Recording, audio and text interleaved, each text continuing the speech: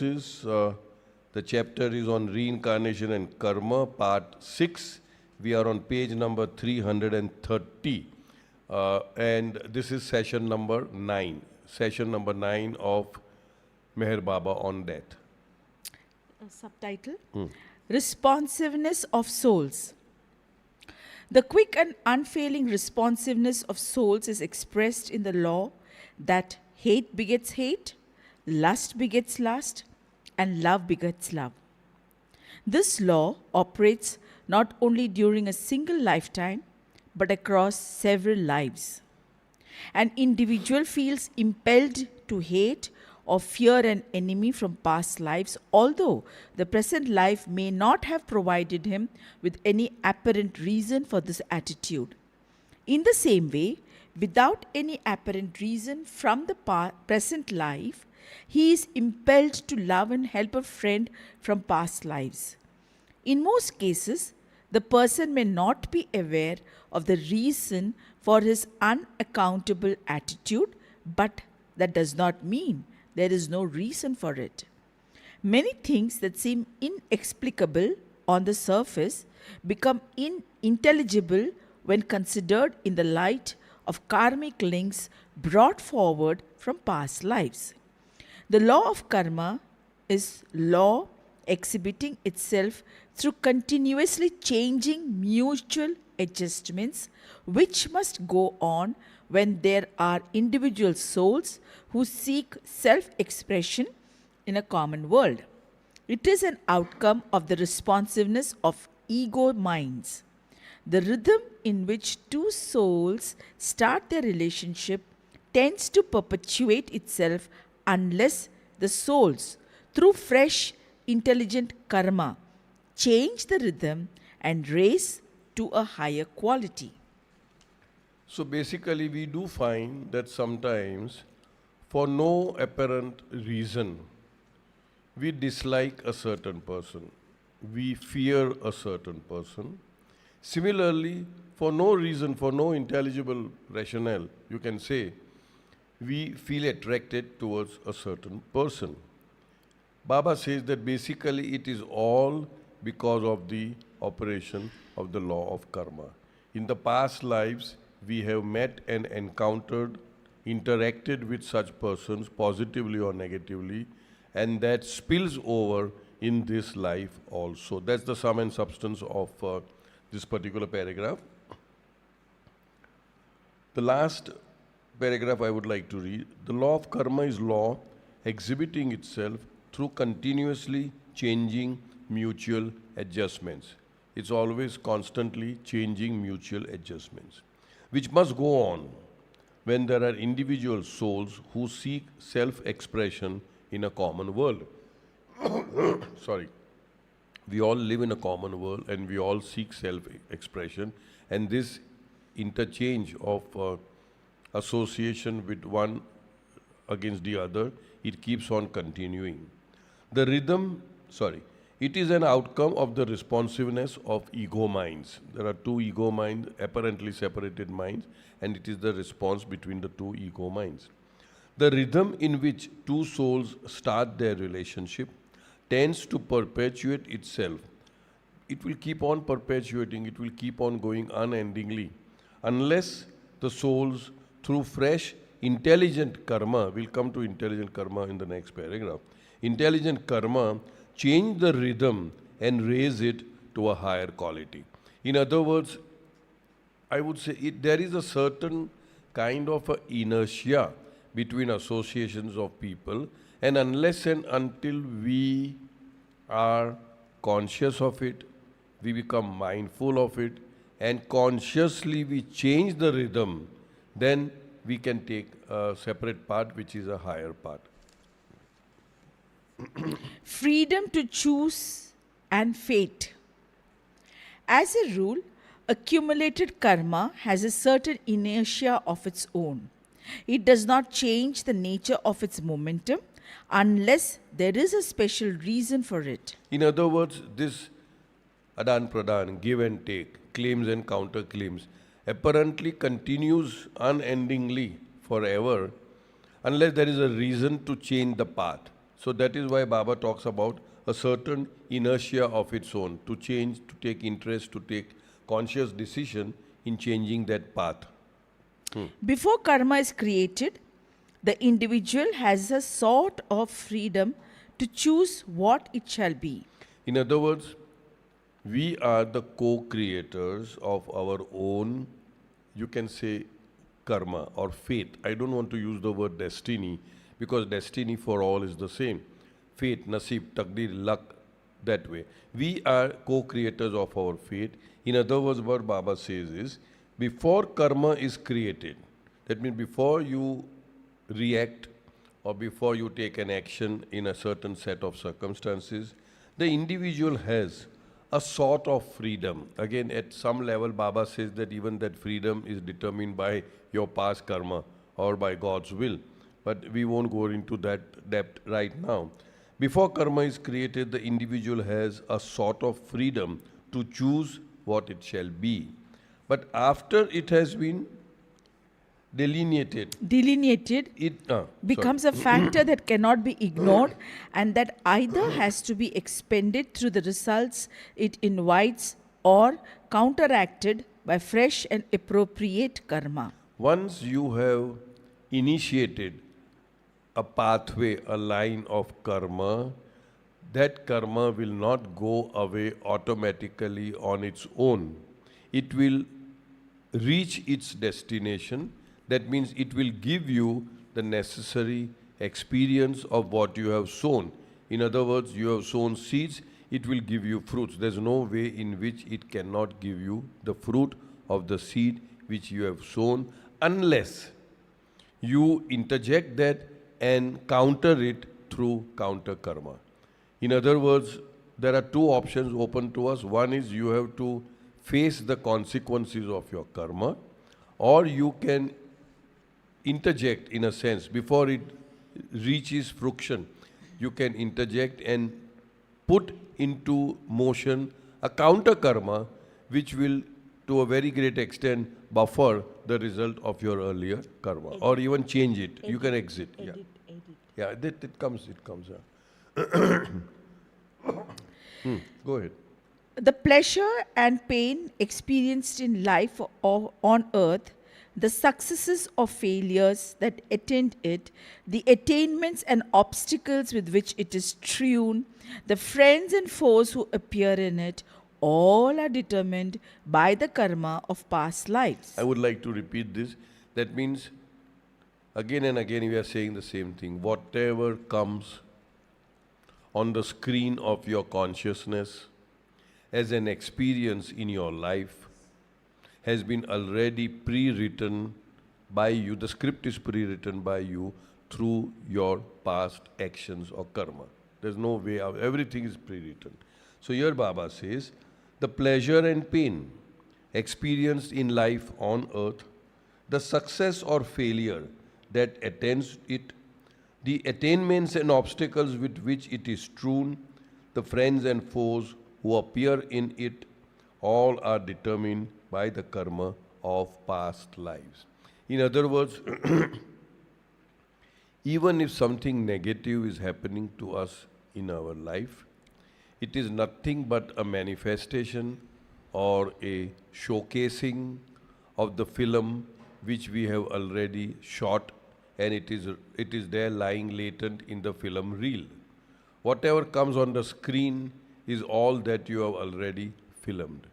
And therefore we and only we are solely responsible for all the experiences that we go through in our life. As we are going through the experiences, we have a choice of refusing to accept it, of weeping, wailing, crying, shouting, blaming. That what we are doing is we are again re-inviting similar situations to come in our life because we have not learned the lessons of what it is trying to show us. If instead of doing all these things, we pause and try to understand why are things happening the way they are happening in my life.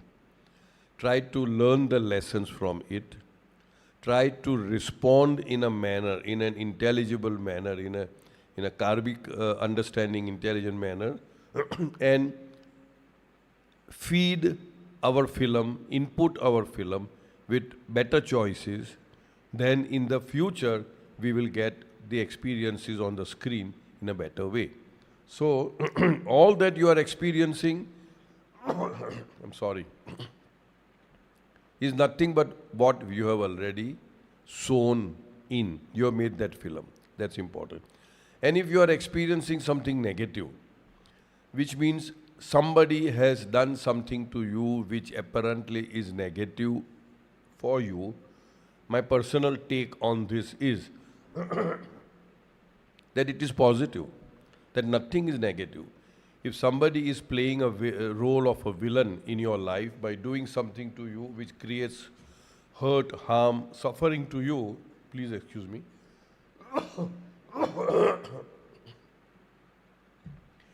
Although he seems to be playing a role of a villain, in fact, he is helping you to unearth, to bring to the fore, to bring to the consciousness all your latent impressions or samskaras, to give you the experience of that. And in that sense, he is not a villain, but he is a friend. A friend in disguise.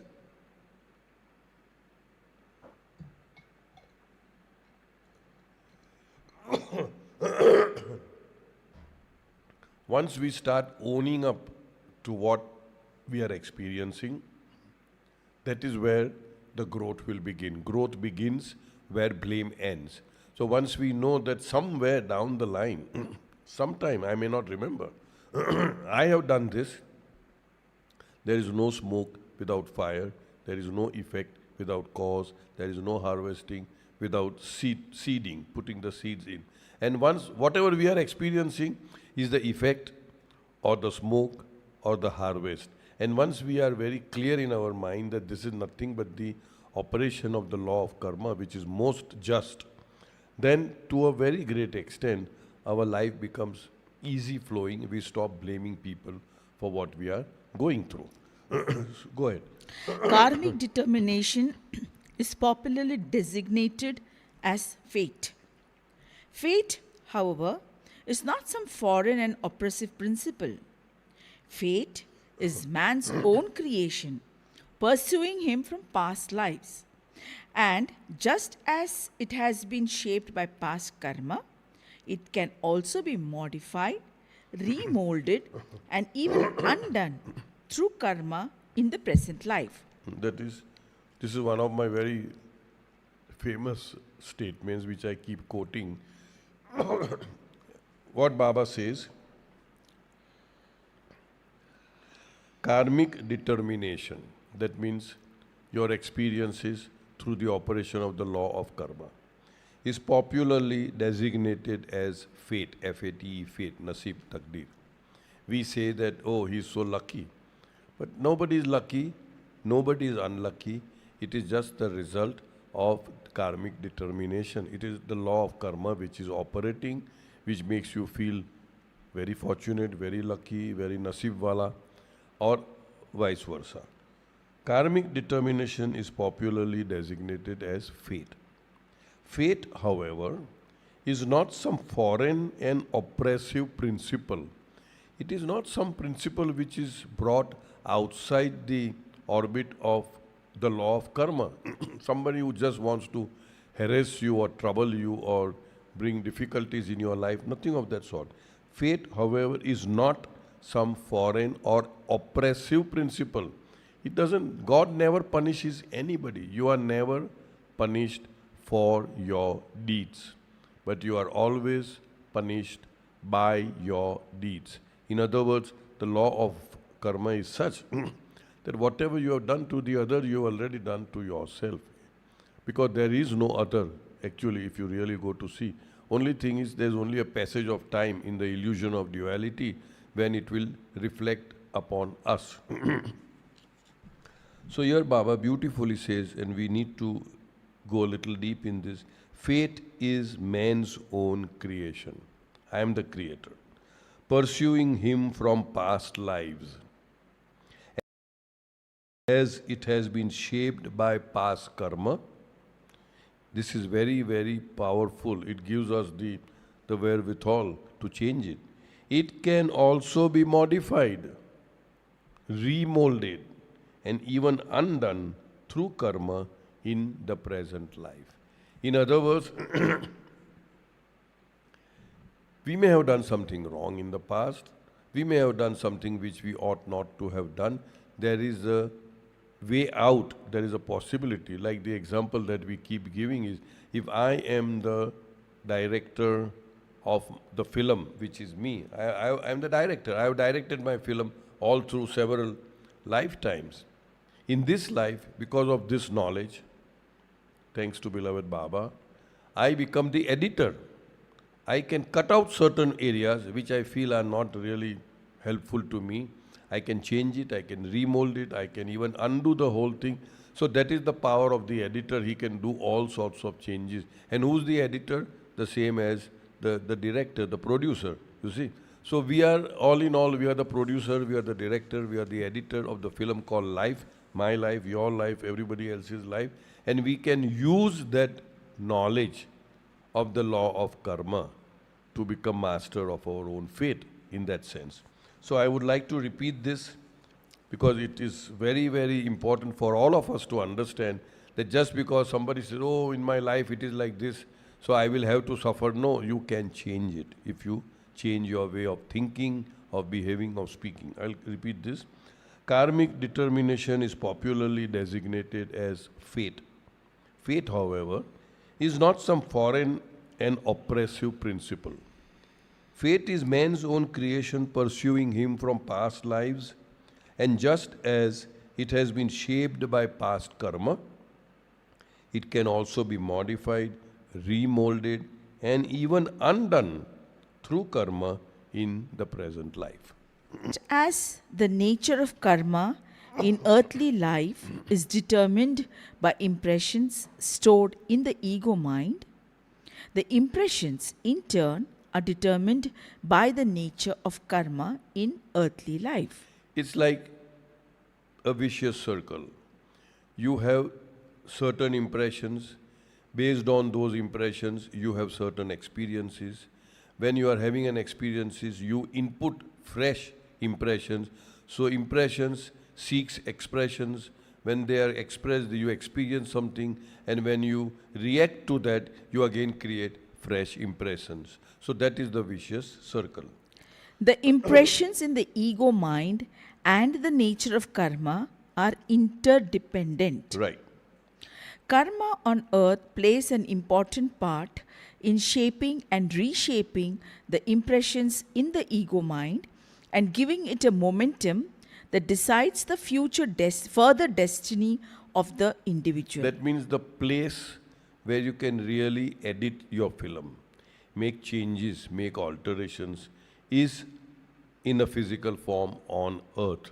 You cannot make changes once you are disincarnate, once you drop your physical body and experience the acute mental state of either heaven or hell. At that place, there's no place, but at that state of mind, you cannot make any changes. You only experience joy or suffering. So I'll repeat this. Karma on earth plays an important part in shaping and reshaping the impressions in the ego mind. This is the arena. This is the place where you can make all the alterations, changes if you will. And giving it a momentum that decides the future destiny, the further destiny of the individual. So how important it is, this life, how important it is. And once we understand the mechanics of our joy, of our suffering, of how the law of karma, future seeds that I am sowing, which will result in my future life's fate, whether it will be happy or in suffering. It is in the arena of earthly existence that creative and effective karma can be expressed through the medium of the gross body. So how important is our earthly life that we function and act in a manner where our past karmas or impressions are exhausted, expended, spent, experienced, and at the same time we do not input more samskaras, and the modus operandi Baba very beautifully says that it is not you who is doing, it is Baba who is doing through you, and if we sincerely do that, then on one hand the charged battery of impressions is being gradually discharged and you are not putting it back on charge.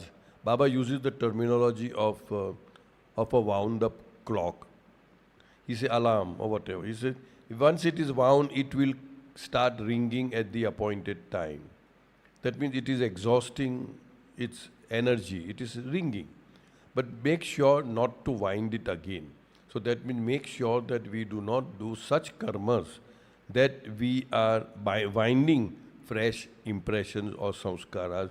And one of the ways which Baba shows is that, honestly, remember Baba so often, Baba says, remember me so often that your mind is at a loss for any other thought, focusing only on Baba.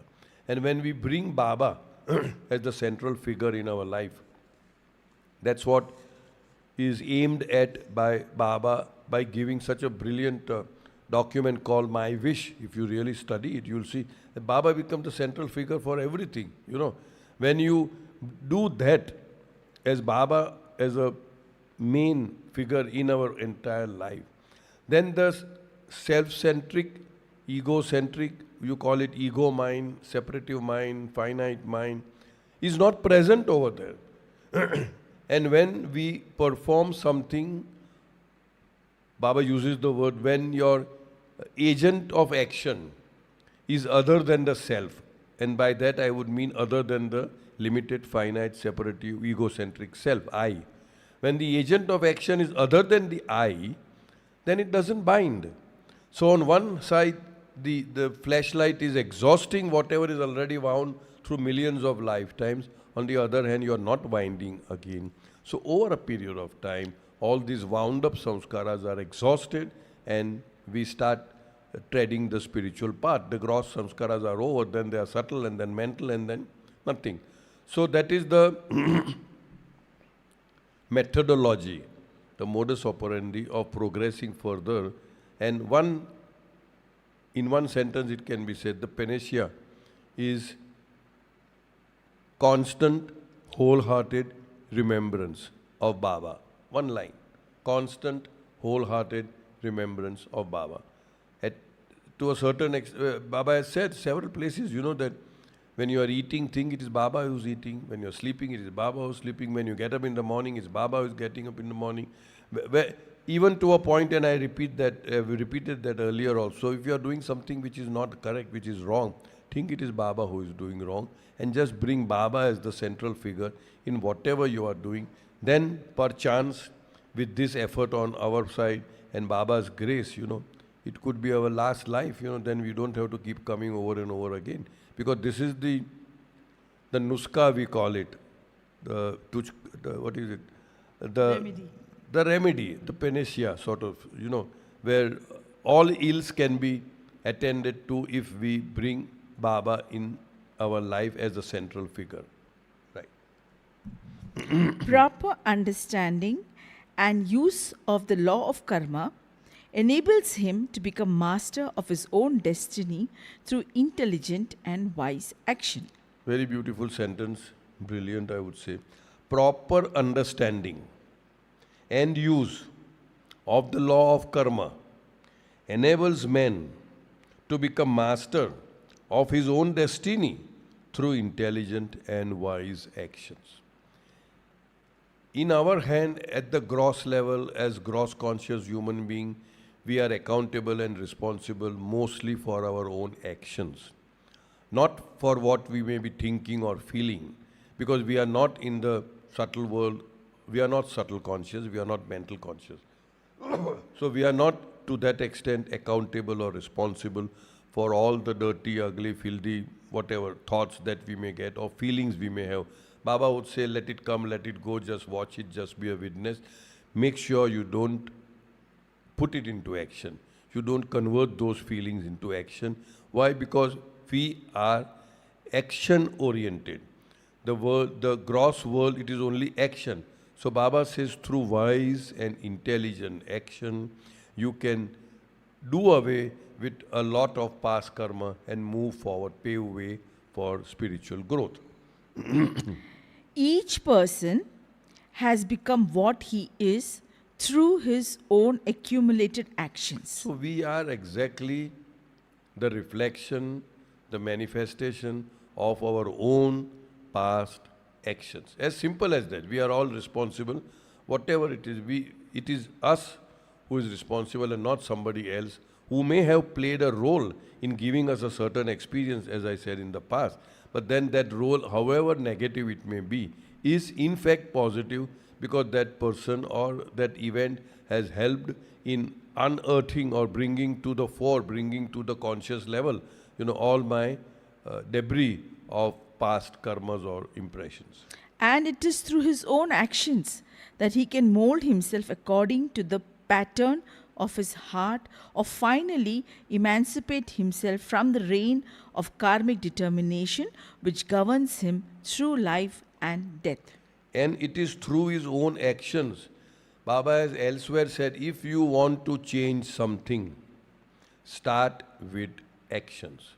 So action is in our hand, action is in our domain, action is what we are responsible for, action is what we are accountable for, action is what expands or spends or utilizes our past karma, action is what accumulates fresh karma. So action is most important. So here Baba says, and it is through his own actions that he can mold himself according to the pattern of his heart.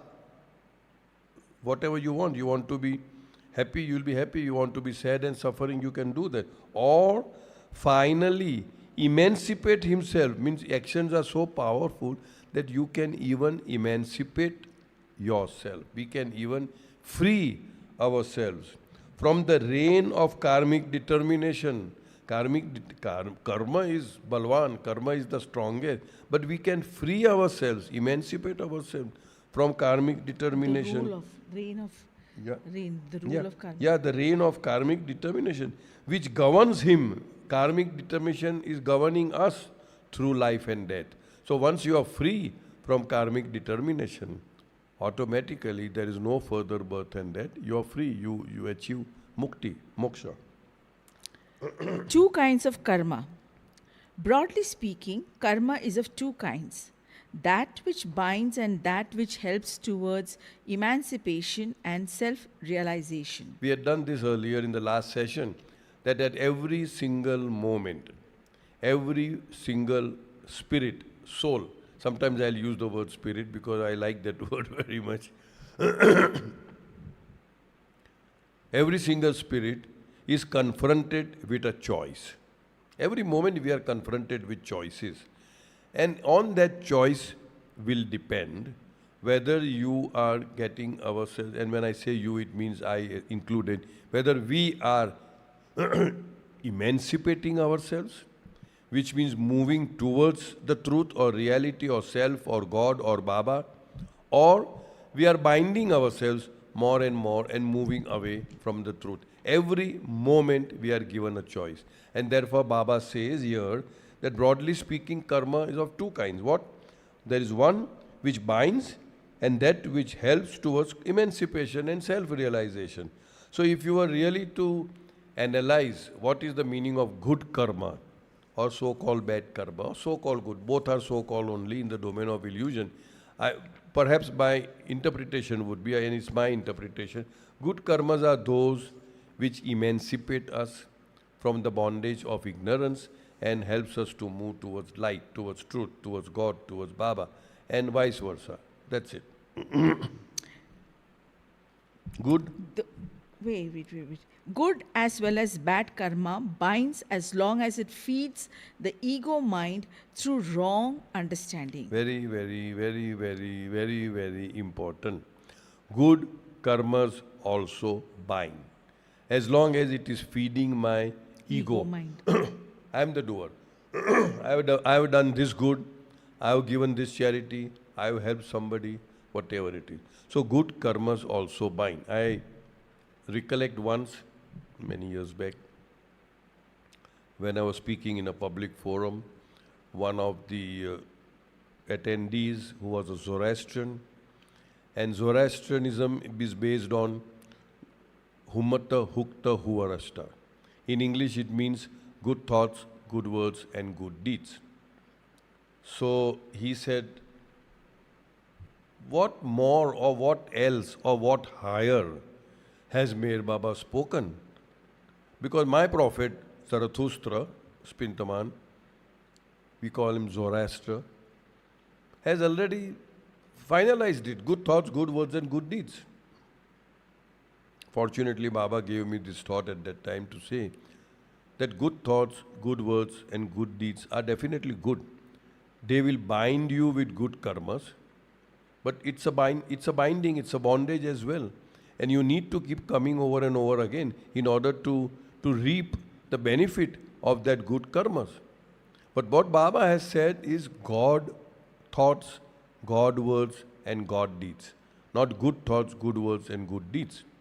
So the pathway, Baba says, is from so-called bad to good and then to God.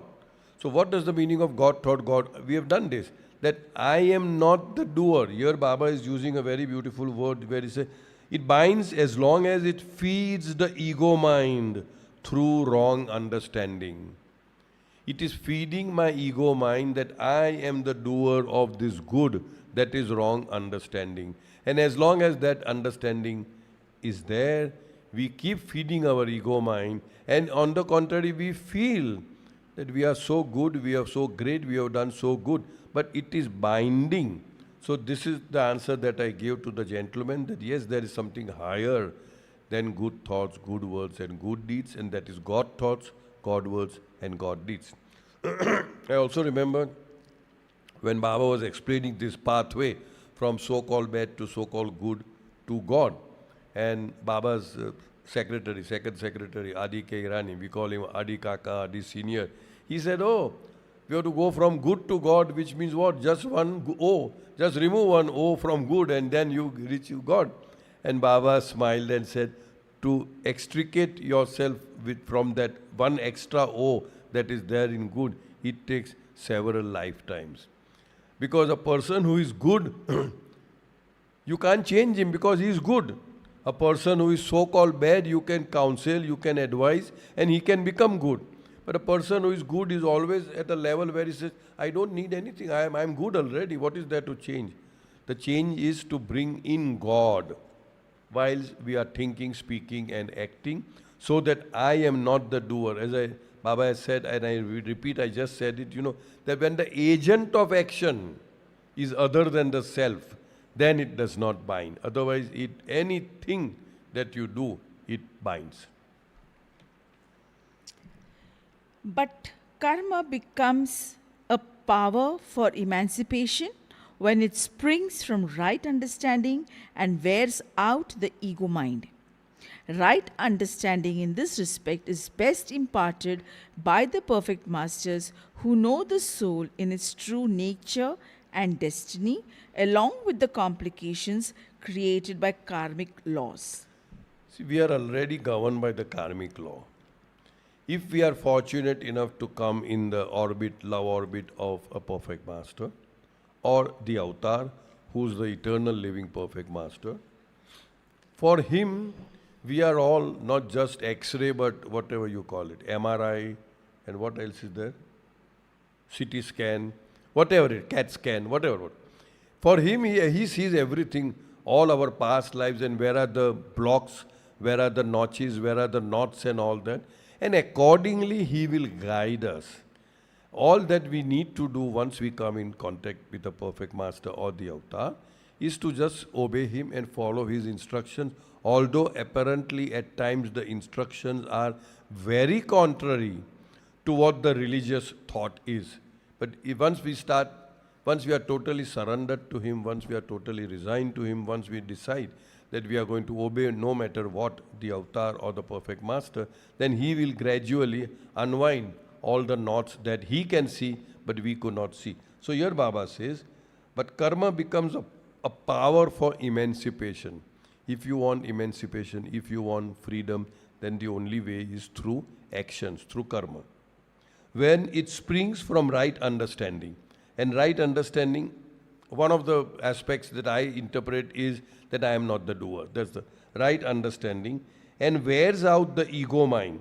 That means you do not feed. How do you wear out the ego mind?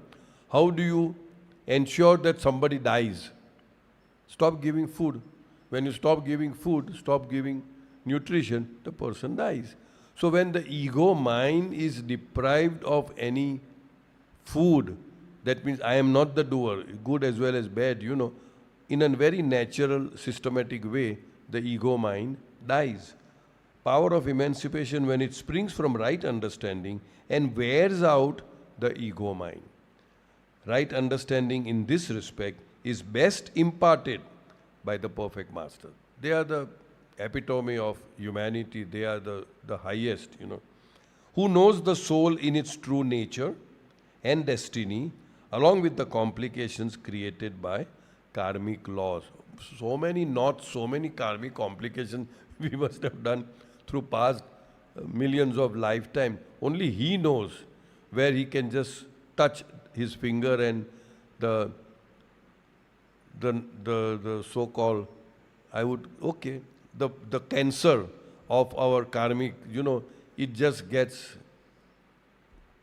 melted. It just evaporates because that divine finger is there on that. So he knows where to put and it is very uncomfortable because that is the spot which is very dear to us. And so when he touches that spot, what we call is a very touchy matter. So he will ensure that our ego mind is gradually massacred and killed. That's why Baba says that he's a master surgeon of ego, and he has come here to. And when I say ego, I mean the false ego, the separative ego, the ego mind. Okay. True karma begins with distinction between good and bad. The karma that truly counts comes into existence after a person has developed a sense of distinction between good and bad. During the first 7 years of childhood, the impressions that are released for expression are very faint. They also entail a consciousness of the world correspondingly less responsive to the distinctions of the world. Therefore, the actions of children under 7 years do not leave any strong or effective impressions on the ego mind, and they do not play any important part in shaping their future. So that is the grace or the leeway that Baba has given, that nature has given, that up till the age of around 7, when discrimination or distinction between good and bad comes along, whatever karmas that a child does, he is more or less, forgiven for it. It does not have a very strong impact on the consciousness of the child because still that distinction between good and bad is not very clear. True and effective karma, which molds the ego mind and its future, begins after the individual develops a sense of responsibility. So, and according to Baba, the sense of responsibility gradually comes from 8th age onwards, and then it gradually grows. This sense of responsibility is dependent upon a sense of distinction between good and bad, which usually dawns fully after one has passed the first few years of childhood. That is where Baba is clearly saying about 7 years. Comparison with law of cause and effect. The law of karma in the world of values can be compared to the law of cause and effect that operates in the physical world. If there were no law of cause and effect in physical world, there would be chaos, and people would not know what to expect. In the same way, if there were no law of karma in the world of values, there would be an utter uncertainty of the results that people cherish, and they would not know whether to expect good or bad from their actions. In the world of physical events, there is a law of conservation of energy according to which no energy is ever lost. In the world of values, there is a law that once karma comes into existence, it does not mysteriously flitter away without leading to its natural results, but persists until it bears its own fruit or is undone through counteracting karma. Good actions lead to good results, and bad actions lead to bad results. So, just as there is a law of cause and effect in the physical world, this is what I am putting in the physical world and what is going to be the result for me. So, there is a law of cause and effect. In the world of values, noble values, good values, bad karmas, in the world of values, the corresponding law is known as the law of karma, which operates similarly to the law of cause and effect. Okay, I'll read the whole paragraph. The law of karma in the world of values can be compared to the law of cause and effect that operates in the physical world. If there were no laws of cause and effect in the physical world, there would be chaos and people would not know what to expect.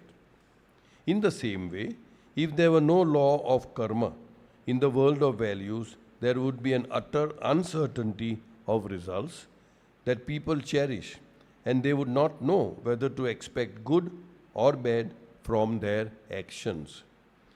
In the world of physical events, there is a law of conservation of energy according to which no energy is ever lost. We only say that energy changes form, but energy is never lost. In the same way, Baba is comparing the physical aspect with the law of values. 1 minute. In the world of values, there is a law, now this is important, that once karma comes into existence, once karma, that's what we did in the last paragraph also.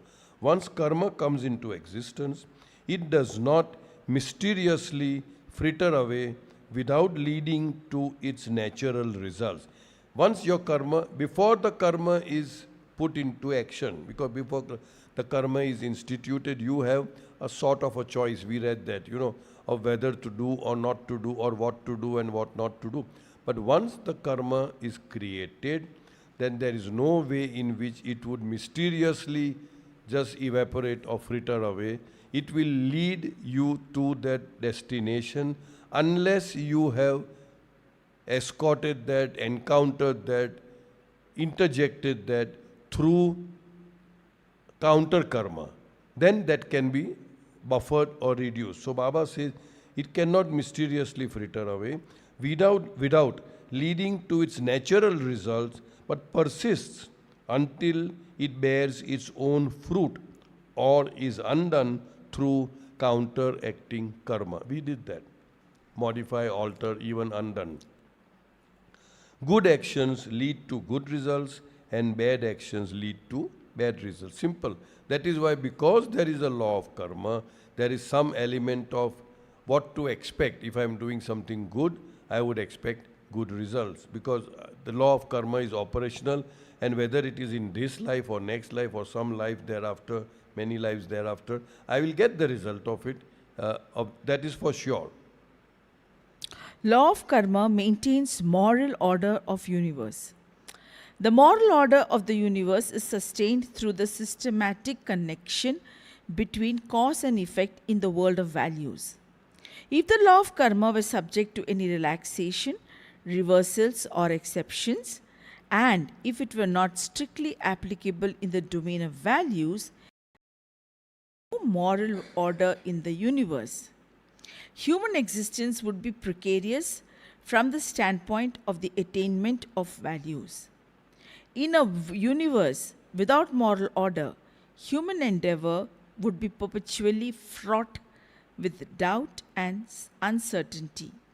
There cannot be any serious pursuit of values if there is no if wait, if Oh. wait, wait. if the law of karma, there cannot be any serious pursuit of values if there is no assured connection between means and ends, or if the law of karma can be set aside. The inflexibility of the law of karma is a condition for significant human action, which would be utterly impossible if the law of karma could be safely ignored or flouted. In other words, there are various laws.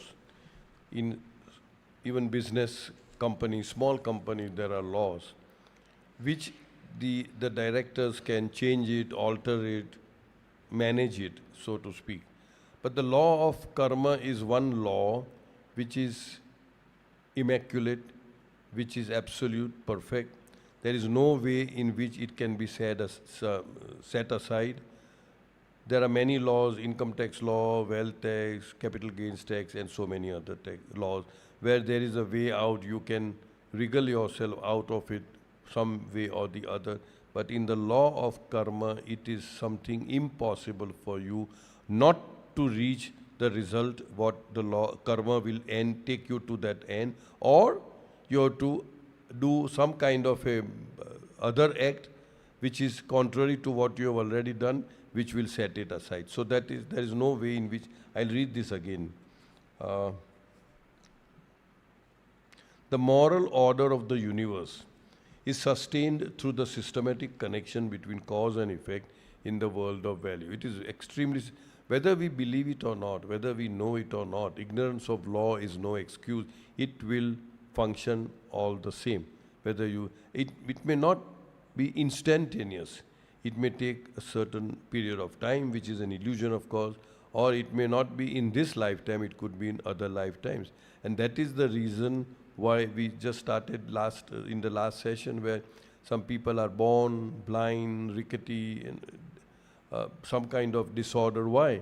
Because something that they may have done in the past lives, and they have not been able to balance that, they have not been able to experience the effect or the result or the harvest of what they had done in the past. And that is now, there's a continuation, there's a continuing link, because the mental body and the subtle body remains the same. The gross body has gone, the new gross body has come, but that new gross body is affected by the result of, or the, you can say, yes, result or the effect of the cause which was sown in the past life. So there is no doubt about it, that the law of karma institutes or gives justice, whether you believe it or not, whether you may feel it or not. God is just in that sense, that the law of karma operates all the same.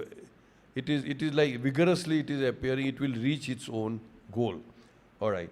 The moral order of the universe is sustained through the systematic connection between this. If the law of karma was subject to any relaxations, reversals, and exceptions, and if it were not strictly applicable in the domain of values, there would be no moral order in the universe. I do something wrong, and I pay somebody and say, oh, change my karma now, it's over with. You cannot change your karma. No puja path, no pandit, pujari, whatever it is, padri, priest, dastur, can change, because the law is such. You yourself can change it through counteracting karma. Human existence would be precarious, it would be uncertain, it could be insecure, it could be very dangerous.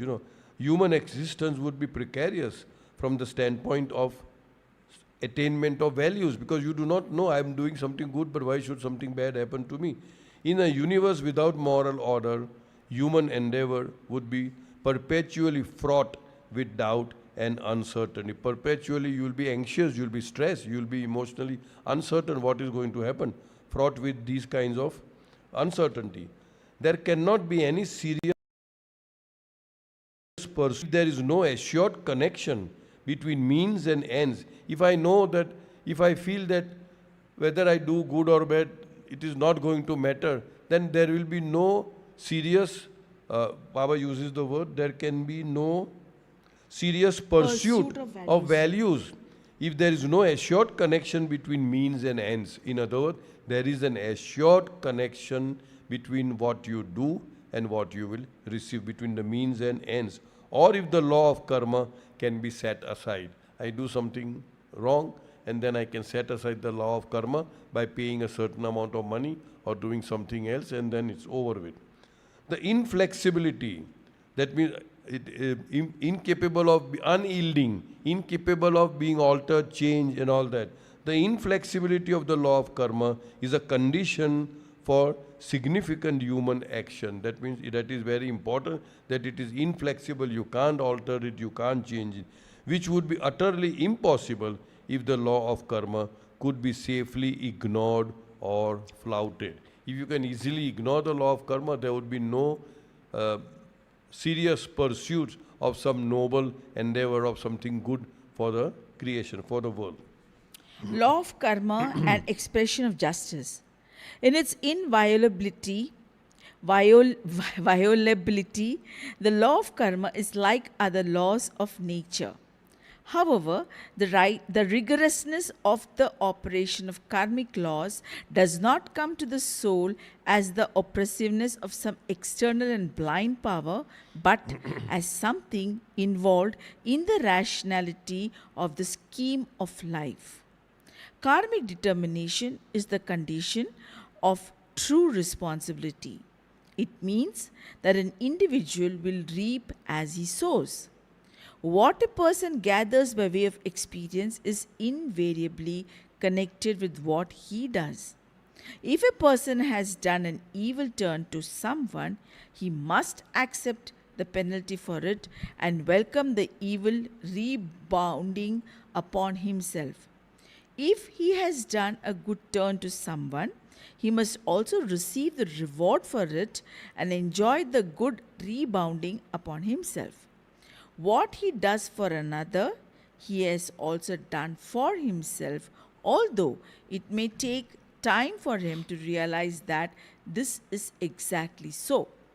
The law of karma is an expression of justice and a reflection of the unity of life in the world of duality. Beautiful. Very, very beautiful. All right. In its inviolability, inviolability would mean incapable of being violated. It cannot be violated, it cannot be dishonored, it cannot be tampered with. You can't alter it, you can't change it, you can't bribe somebody and say, okay, it is inviolable. So, in its inviolability, the law of karma is like the other laws of nature. However, the rigorousness of the operation of karmic laws does not come to the soul as the oppressive, as something which is harsh, something which is cruel, something which is brutal. No, it is what I have already done, that's what is coming to me back. It is not something oppressive, oppressive of some external and blind power. We did that. God never, ever, ever punishes. You are never punished for your needs, but you are always punished by, deeds. You are never punished for your deeds, but you are always punished by your deeds. The law is such. There's no way escape. There's no way you can escape that. So here, it is not an oppressive of some external power, but as something involved in the rationality of the scheme of life. How beautifully Baba has interwoven the rationality of life in incorporating this particular law. Brilliant. He has put the law, and now he has nothing to do. The law will operate. And that's perhaps what we call God's will. God's will is what? My will is law, Baba says. My wish governs the law, and my love sustains the universe. We talk about God's will. Not a leaf has the power to shake or quiver without my will. What is God's will? It is the law. The law states this automatically, it keeps on happening, and that is God's will. That way. It means, correct. It means that an individual will reap as he sows. Simple. Sowing, harvesting, reaping. Right? As he sows. What a person gathers by way of experience is invariably connected with what he does. All experiences, good, bad, ugly, are nothing but the result of our own past karma. So who has to be blamed? If at all there is a blame, I. Because I did it, not somebody else. So it means that an individual, what a person gathers by way of experience is invariably, there's no way out, no mistaking it, connected with what he does. If a person has done an evil turn to someone, he must accept the penalty for it and welcome the evil rebounding upon himself. Now, we did that. If something wrong, bad, negative happens to us, who is responsible? I. Why? Because I have done it in the past. It is a rebound. It's like we call it a boomerang. Is it? Boomerang. You just throw it out, and in a certain passage of time, it's a boomerang. Now, in order to get the experience of so-called negative, I always use the word so-called negative, somebody may have to play that role of giving me that experience. It doesn't all of a sudden happen. Supposing I shot somebody, I shoot. Now somebody has to shoot me. Now that somebody who is shooting me, supposedly, is a villain, is something who is doing wrong to me. But actually he is doing good to me in a sense. Why? Because he is allowing my karmas to be balanced out. So once we take it in that sense, then everything is positive, there is nothing negative in life. As it is, life is nothing but an illusion, a drama, a dream, a shadow, you call it anything. So what is there to be right and wrong? And I say this, I keep saying this. Zindagi ख्वाब है, ख्वाब में क्या झूठ है क्या और भला सच है क्या. Zindagi, life is a dream. Now in that dream, what is right and what is wrong, why we break our head, this is wrong, this is right, this is good, this is bad, nothing. It's all a dream. Take life lightly. When we learn the art of taking lightly and, lightly. Life lightly and Thank God. Thank you. Of taking life lightly and God seriously, by and large, you just float and things are over with. But when we take life very seriously, the major problem is that we allow something outside of us, somebody outside of us, to hurt our ego. And that is where all the problems start, Like, I think it was Buddha who said, if you feel hurt, no, it is your ego. It is only the ego that feels hurt. It is not the self or the soul. It is very deep down, nothing ever happens to the soul. So once we feel hurt, let us know it's our ego, and Baba is here to cut out our false ego. By ego, I mean false ego. Okay, so you have to accept the evil rebounding upon himself. If he has done a good turn to someone, he must also receive the reward for it and enjoy the good rebounding upon himself. So what you've given out will be coming in. But there's a way, as I said earlier, that if you think that if I'm doing something good, it is not I who is doing it, Baba is doing unaffected by the result, then perhaps you are in a state of equanimity or poise, or you are very equanimous where nothing really affects you that much. What he does for another, he has also done for himself. And I said this because there is no other. You already done, there's only one. Himself, although it may take time for him to realize that this is exactly so. Last sentence is very powerful. The law of karma is an expression of justice and a reflection of the unity of life in the world of duality. In the world of duality, there is a unity of life, and that is like we get to know through the operation of the law of karma, because we are all one, and therefore if I do something wrong to somebody, I have done it to myself. I want to repeat the last sentence. The law of karma is an expression of justice and a reflection of the unity of life in the world of duality. I think we are almost done. Thank you, Baba, and thanks to all of you. Yeah. Thanks to Baba, thanks to all of you. And here ends the reincarnation and karma, No. part 6. Let me complete. Part 6. And I think we just have one more part to go. That's okay. So thanks once again for being here, and thank you, beloved Baba, for allowing us, for giving us an opportunity to understand his beautiful words. Not just understand, but to apply, internalize, and to live those words, and that should hopefully help us to walk through this life and meet him at the end of our journey. Thank you, Baba. Avatar Meher Baba ki